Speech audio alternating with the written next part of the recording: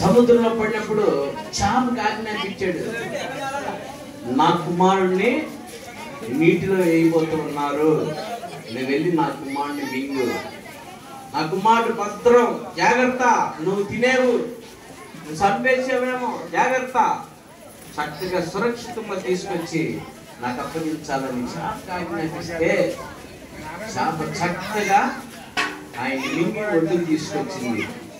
మనుషుల్ని సిగ్గుపరచడానికి దేవుడు జంతువుల్ని, పక్షుల్ని, జలరాశుల్ని దేవుడు ఎన్నుకున్నాడు. హల్లెలూయా, హల్లెలూయా.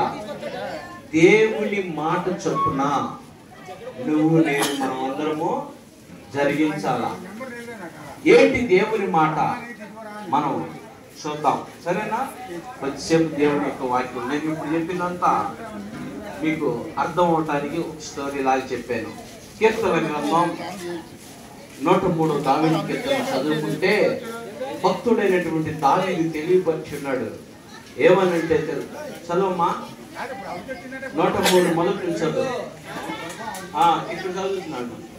నా ప్రాణమా యెహోవాను సన్నతించుము, నా అంతరంగములో ఉన్న సమస్తమా ఆయన పరిశుద్ధ నామాన్ని సన్నుతించాలా, ఆయన పరిశుద్ధ నామాన్ని సన్నుతించాలా.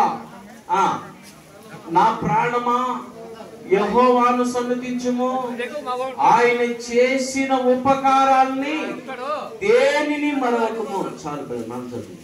ఆయన చేసిన ఉపకారాలు దేనిని కూడా మరవకూడదు. మనం మర్చిపోతున్నాం. దేవుడు మనకు చేసిన ఉపకారాలు ఈ రోజు ఏమి కాదు, అవునా? ఒక పిల్లడు